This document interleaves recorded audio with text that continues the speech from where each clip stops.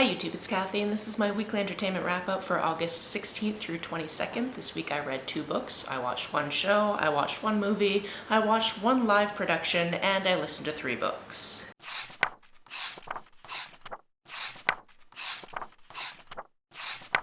First things first, I'm not home, I'm in a family home, and there are 4 fuzzy creatures crawling around at all times, so you might see a puppy, you might see a cat. There might be weird noises, because the puppy is currently eating a chopstick next to me, apparently. What are you doing? Are you fine? You're fine. So, you know, apologies and all that. In any case, the first book that I finished this week is How to Be Eaten.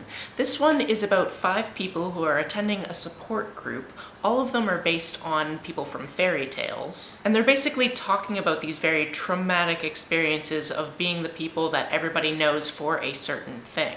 What was really fun about this in the beginning is a couple of them were pretty obvious. For example, we knew exactly who one of them was because it was literally like, this is Bluebeard's girlfriend. You're like, okay, so it's that character you got off the bat. And then one was named Gretel, so I'm sure you can figure out who she was. But then a couple of the other ones were a little bit less clear and you had to kind of figure out, who do I think this is going to end up being, which was interesting. This one got a little bit weird because week by week, one of them was telling their backstory to everybody else and kind of sharing in the group. But then we also found out something nefarious is going on behind the scenes. I think I liked the first half of this better than the second half. It got a little bit weird, but overall enjoyable. The second book that I finished with my eyeballs this week is The Someday Birds. This is a middle grade book about this kid whose family is going through a lot at the moment. Currently they're staying with their grandmother. Their mother passed away some time ago and their dad is actually in hospital because he was in Afghanistan as a journalist, and then something happened, he's back and he has a traumatic brain injury. So they're constantly going to see him in a hospital, but he's not necessarily improving and then eventually has to go to a different specialist across the country. Our main character is a 12-year-old boy named Charlie, but he's got an older sister named Davis and twin younger brothers named Jake and Joel. And he's kind of an odd one out because he's the only one of them that's not neurotypical. Robin, could you not tear up the back of the couch? Cool, thank you. I've said this before and I'll say it pretty much every time I read a middle grade. There's something special about middle grades because everybody can kind of think back to when they were that age and just how emotions were so much bigger because they were brand new half the time. And then obviously things are definitely going on throughout this that are very heart-wrenching. In addition to everything that's already going on, there's this woman that they don't really know why she keeps visiting their dad in the hospital. And that becomes more clear as we learn a little bit more about her backstory. All in all, this was heartwarming and heart-wrenching and I really enjoyed it. As for the one show I watched, that was the first 6 episodes of the 2nd season of Future Man. We basically got to sit down and just watch a bunch of them in a row, which was a good time. So much happens in this show. Obviously, it's something that has a time travel element to it, and even though that wasn't really super prevalent in this section of that time frame, just so much happens, and you're in different timelines constantly, and just silly things occur. You also have the element of characters being separated from each other, and what's going on with this character, what's going on with that character. It's just a really inventive show and I'm still enjoying it. As for the one movie I watched, I went to the cinema and watched The End of Oak Street. The only thing I knew about this movie is the 2 leads were Anne Hathaway and Ewan McGregor, and I've loved both of them since I was in my teens, so I went, I don't even know what this is, but I'm gonna go watch it. This is a movie set in the early 80s and we start out at a block party situation, and then you see that certain things are maybe not going the best for this family. There seem to be some minor disagreements between the parents and they've been arguing recently. She has also been writing a novel on her own time and there's somebody in the neighborhood that's been reading it for her because she used to work as an editor. And you can tell she's definitely using it as a creative outlet and just a way to vent steam, basically. However, one night something weird happens in the neighborhood and suddenly they have to contend with a survival situation that nobody could have guessed was going to happen. I don't want to tell you any more than that because like I said, I went into this only knowing 2 of the actors that were in it and I went, yes, I will watch whatever this is. But for those of you who will really be gripped by what the survival situation is, I'm gonna say it now, skip ahead if you don't want to know what it is. Suddenly they are transported back 200,000 years and there's dinosaurs everywhere trying to eat people. Obviously, that's not something you can usually plan for. Again, this one was inventive, I enjoyed it. As for the live production I actually watched it 4 times this weekend, and that was Mary Poppins Jr. It was put on by Rainbow Youth Theatre. I'm on the board of Rainbow Youth Theatre, and I used to be a performer and backstage and everything for it when I was in my youth. And my work schedule doesn't actually allow me to work on the production usually because I don't even live in the same town anymore. I actually commute to the board meetings every month, but it's important for me for it to stay alive, so I usually show up on the weekend that they're doing performances and then fill in whatever roles need doing, such as ushering or concession or last minute grabbing of things or taking the archival footage or whatever needs to happen. And it's generally a great weekend because I see a bunch of people I don't usually see otherwise who I also used to do Rainbow Youth Theater with, so it was a good time. The kids did a good job, the costumes and sets looked amazing, it was fun.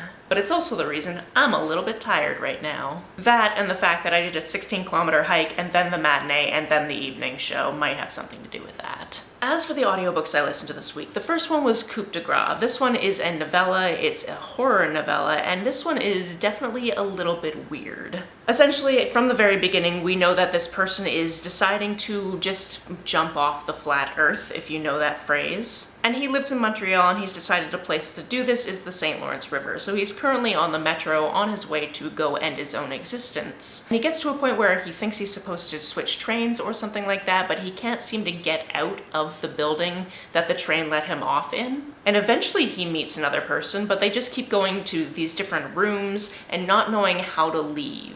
And then it gets even weirder from there. If you're somebody who listens to a fair amount of true crime, there's also a true crime case that definitely comes into play in this. Not specifically solving that case or anything like that, but there's definitely a certain game that exists on the internet that seems to have played into an actual true crime case, and now it has to play into this book as well. It's a weird one because you'll be feeling like, hey, why is this just copy-pasting random things from the internet into this book? But I'm not saying that like the book did a bad thing. It's just that you'll be like, wait, this is hitting a really certain part of my brain, and why is that happening? Hello, birds. The second audiobook I listened to this week is a dystopian called Saha. This is about a collection of people who live in the Saha estates in this place called Town. This is a translated work of dystopian fiction, and it's all about these characters who are basically at the bottom of society. Essentially in this society you have L1s, which are the people at the top, L2s, which are the people kind of under that, and they can get jobs, but they have to apply for them every 2 years to kind of re-up their ability to stay in town or stay in the society. And then you have the people who live in Saha, which are basically everybody under that. And they can get temporary work here and there, but it's often a little bit weird. The thing about this book is you're learning about different people that live in this location, and sometimes you'll meet them in the present, and sometimes you'll see what happened to them 30 years ago. And it all kind of comes together to make a cohesive plot towards the end. But the strongest part of this is the character study of these different people. Being a dystopian, you know something weird is going on, and yeah, something weird is definitely going on, and I'll just leave it at that. The third and final audiobook I listened to this week is A Fire Endless. This is the follow-up to A River Enchanted, and I desperately hope there are more books in this series eventually, but this second book came out in 2022, so I don't know if the author is planning to do more, but I would definitely read them. Being the second book in a series, I can't really tell you too much about the plot of this one, but I can tell you that I really loved the first book, and I believe I read it either at the beginning of this month or last month. And it's about this series of characters who live on this small island called Cadence. It's kind of Scottish coded, so it sounds like it's an island kind of to the north of Scotland, although that's never used. It just sounds that way based on kind of the mythology and also the audiobook narrator and a lot of the terminology. So they have clans, they have lairds, all of these words that I've heard before because I've lived in Scotland. Essentially, this island is separated between east and west. There are two different clans, they do not get along, and they're actually not allowed to cross over into each other's lands because there's a curse in place. One of the strongest things about this series is we are hopping between these different characters, and it just happens so seamlessly, and you just really want to know what's going to happen with these different people who are all interconnected. And you see people falling in love, you see people coming more into what they are to each other, you see these different hurts and grievances and learning things about each other and themselves, and it's just such a good duology. Like I said, I would gladly read several more books from this series if they ever exist. And I actually went into this kind of assuming it was at least going to be a quartet because the series name is The Elements of Cadence, Cadence being the island that they're on, and elements in my brain is at least 4. I kind of figured the first one was going to be the water one, the second one's gonna be the fire one, so now we need an earth one and an air one, right? Of course, please, maybe, one day.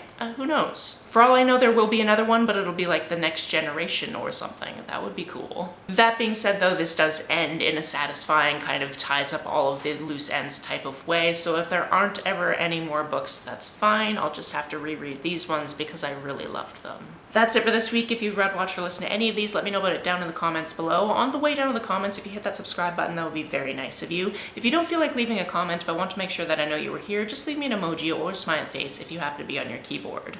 Some people have asked if there's a way to financially support this channel, so I set up a Ko-fi account, which is a digital tipping service. The link for that, as always, is down below. You can like and share this as you see fit, and I will see you very soon. Bye!